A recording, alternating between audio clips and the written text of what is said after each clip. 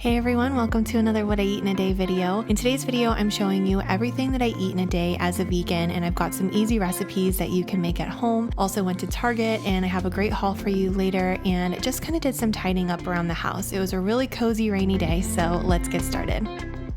For breakfast, I decided to make some Maple Granola Toast, and this is great if you're craving like pancakes or French toast, but you just want something so much easier than that. This is kind of a lazy version that just feels a little bit extra special. You're gonna start by toasting 2 pieces of wheat bread. This one is from Silver Hills. It's the Big 16 sprouted wheat bread, and then do a thick layer of almond butter, sliced bananas, and then sprinkle on some granola. This is going to give it crunch and a little bit of cinnamoniness. I actually shared the recipe for this homemade granola in my last video, so I'll link that below. And then you're going to want to sprinkle with a little bit of sea salt, some cinnamon, and a drizzle of maple syrup. This is lightly sweetened from the bananas and the maple syrup, but you've got great texture from the crispy edges of the bread and the granola.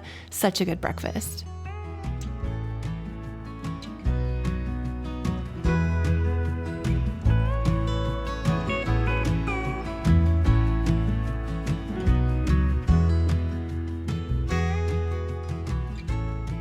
Hey guys, it's a little bit later now and I just got back from running errands, so I'll show you a Target haul later because I actually found some really good stuff. But today we're going to be doing some meal prepping because it is a rainy day. The temperature dropped like 20 degrees and it's not going to last long, so I am savoring it by having a cozy day and kind of prepping for the week, kind of doing a little bit of a reset. And if you're someone who really likes the idea of eating more home-cooked meals and healthier food, but you just need to make it more practical for yourself, I highly recommend getting into the mindset of cook once, eat many times. Meaning if you're gonna go through the whole process of making yourself a healthy meal from scratch, go ahead and double or triple the recipe. That way future you will have lunches or dinners or grab and go snacks that you can kind of just heat and eat, and you're still eating something that you know is packed with, great ingredients and that you really like because you made it yourself. So today we're gonna make a lemon orzo soup, which is so good, especially if you love chicken noodle soup. This has a very similar flavor profile, but it also has lots of good nutrient dense ingredients. I'm also going to show you how I make a chicken pot pie.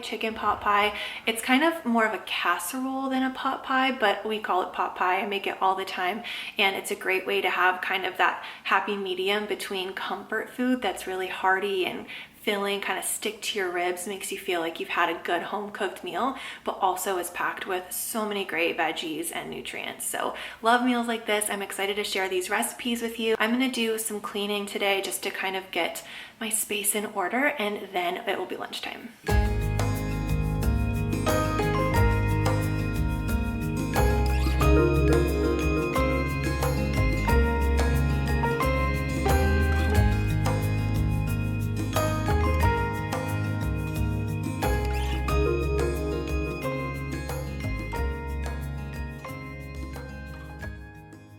I'm about to do something that I've never done before, but I feel like it's gonna be very satisfying, and that is to take the couch cushion covers off the couch, wash them, and put them back on. And I keep seeing people doing this on TikTok as part of their regular cleaning routine, and I've never done it. So I feel like we're definitely overdue, and I feel like it's gonna make a big difference because we spend a lot of time on that couch. I'm always curled up right there, and I feel like just knowing that it's nice and fresh and clean is gonna feel really good. But whenever I clean around the house, I do like to try to make sure that I use the best products that I can that are both effective first and foremost, but also planet friendly whenever possible. And I've never been perfect about this, and it wasn't something I changed overnight. I don't think that that's realistic.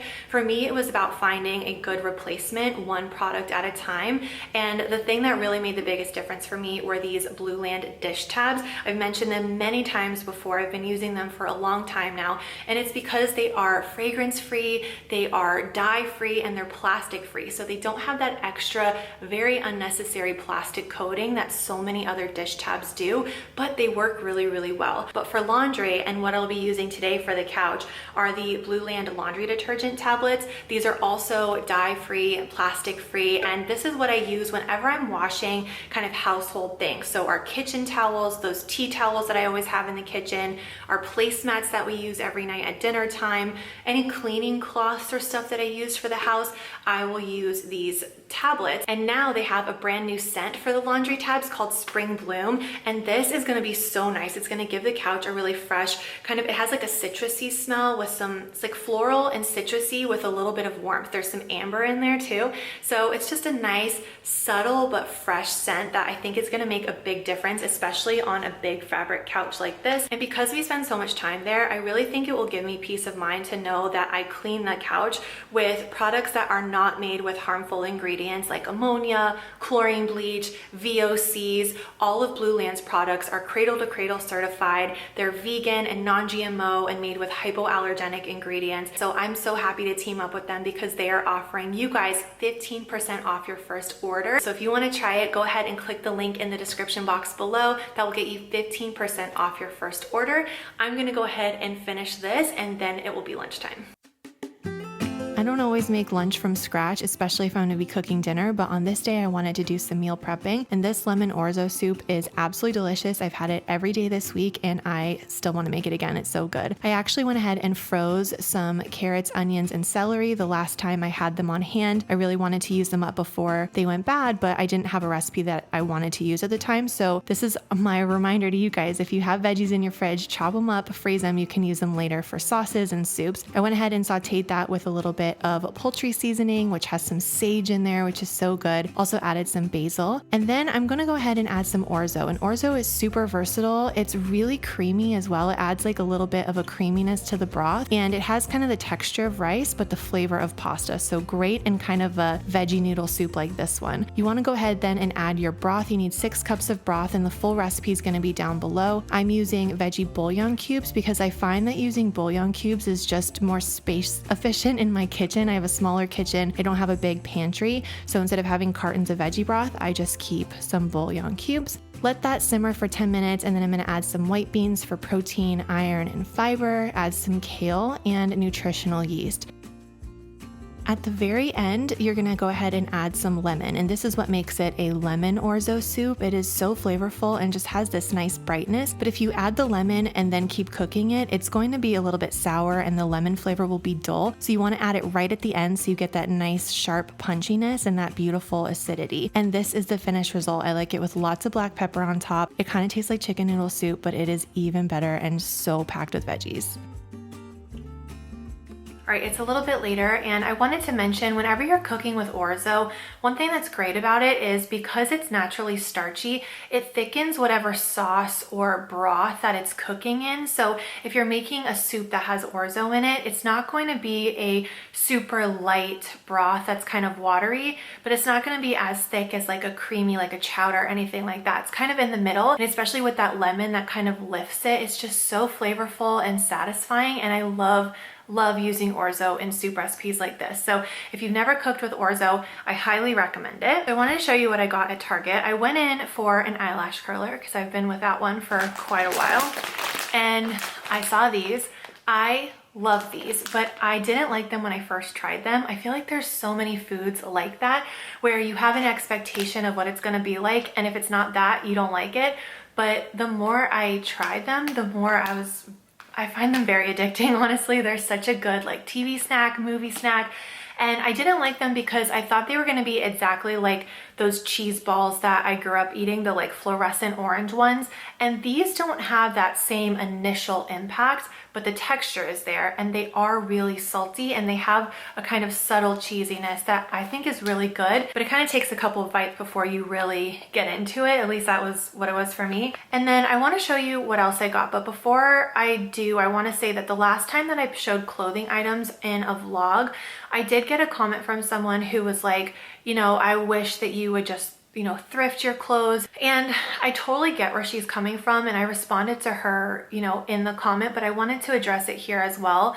I love thrifting, and especially when I lived in LA, thrifting was a part of my routine. I don't shop that much in general, and I do try to take care of the clothes that I have. I'm definitely an outfit repeater. I take good care of my clothes. I wear them often, but I do think that it's not 100% practical for me at this stage to only have, you know, thrifted clothes or sustainable clothes. One, because the nearest thrift store is pretty far away from here, and the thrift stores in New York City are very expensive.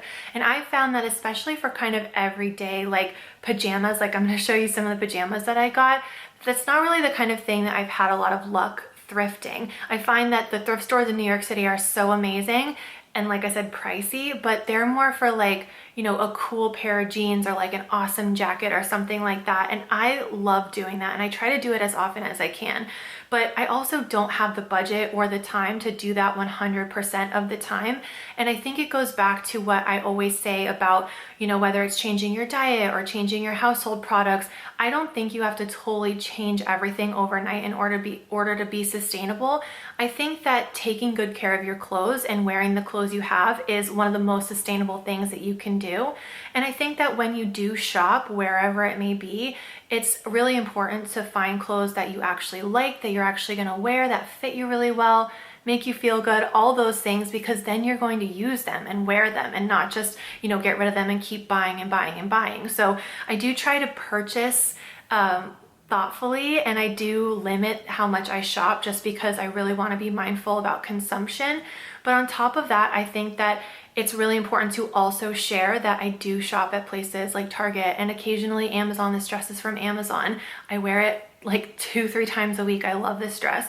And that's what I can afford right now. And that is what's practical for me. And I never want to come on here and act like I do everything 100% sustainably all the time perfectly, because that is not really helping the movement at all. That's not really helping to show that you can just do small things here and there, and those small changes add up to big change. It's not about being perfect, it's about progress. And I really think that, you know, thrifting is a great option, and it's something that I love. It's harder to do here. I do it less.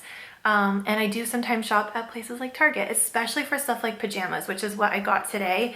They have these great pajamas that I saw these and I was so excited about, because they have this really cool fabric that is super, super soft. It's a wide leg and it's a drawstring. So it just sits really nicely on the hips, but it comes with a little tank top.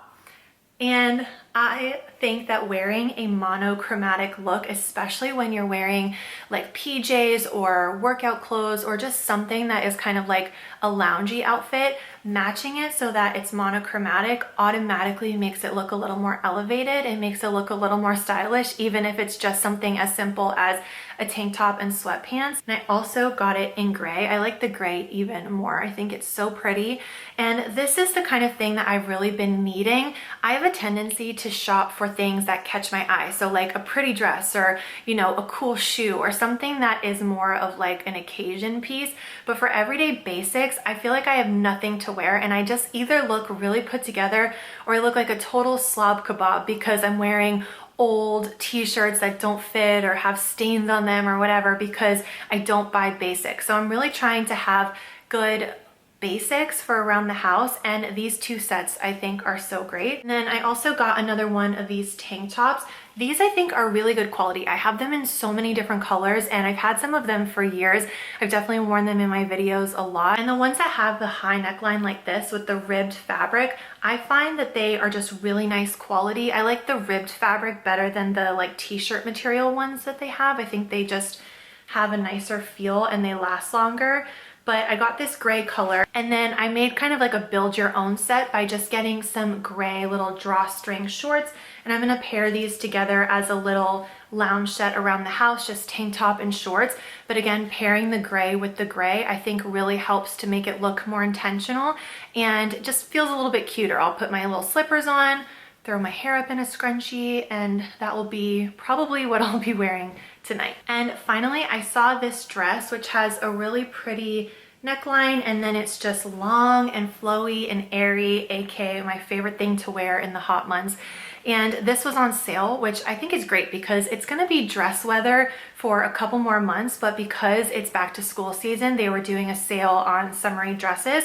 So this was on sale, and I just think it's the perfect kind of flowy dress, and I think cheetah can really be worn as a neutral. I've got some great little black sandals that I like to wear, so I'll just throw them on with this, some sunglasses, And that will be my look. I'm gonna have some of these as a snack with a glass of orange juice. And after that, I'm gonna throw these things in the wash so I can wear them tonight because I'm really excited about it. I know it's a small thing, but I think sometimes having a new, pajama set or a new dress or something, like it can really lift your mood. So I'm gonna wash these things and I will see you guys at dinner time.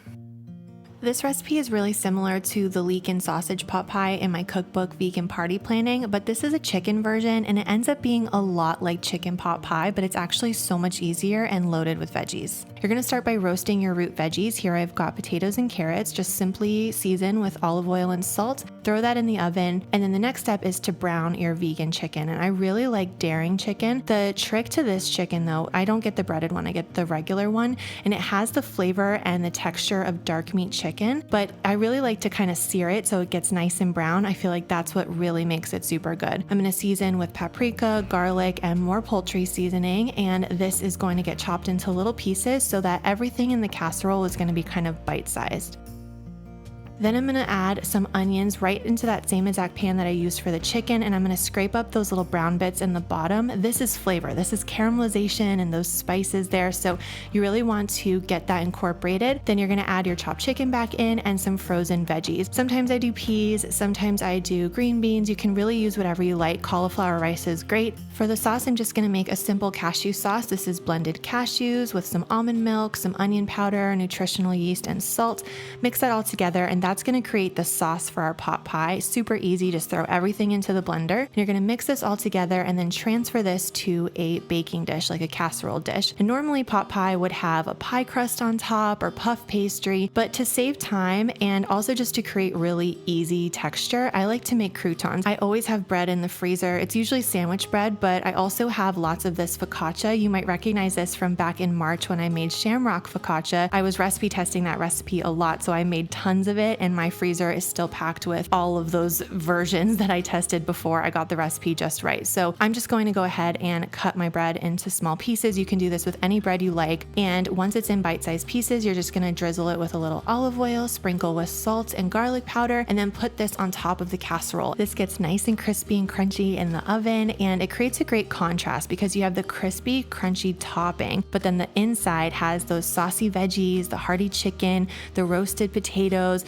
and it all just works together. We like to finish it with a little bit of lemon. This is Nicholas putting lemon on his portion, and we had dinner while watching the Olympics. I am so into the track and field events this time around. I think they are so fun, and the runners have been so amazing this year. So that was our dinner, and it was so good.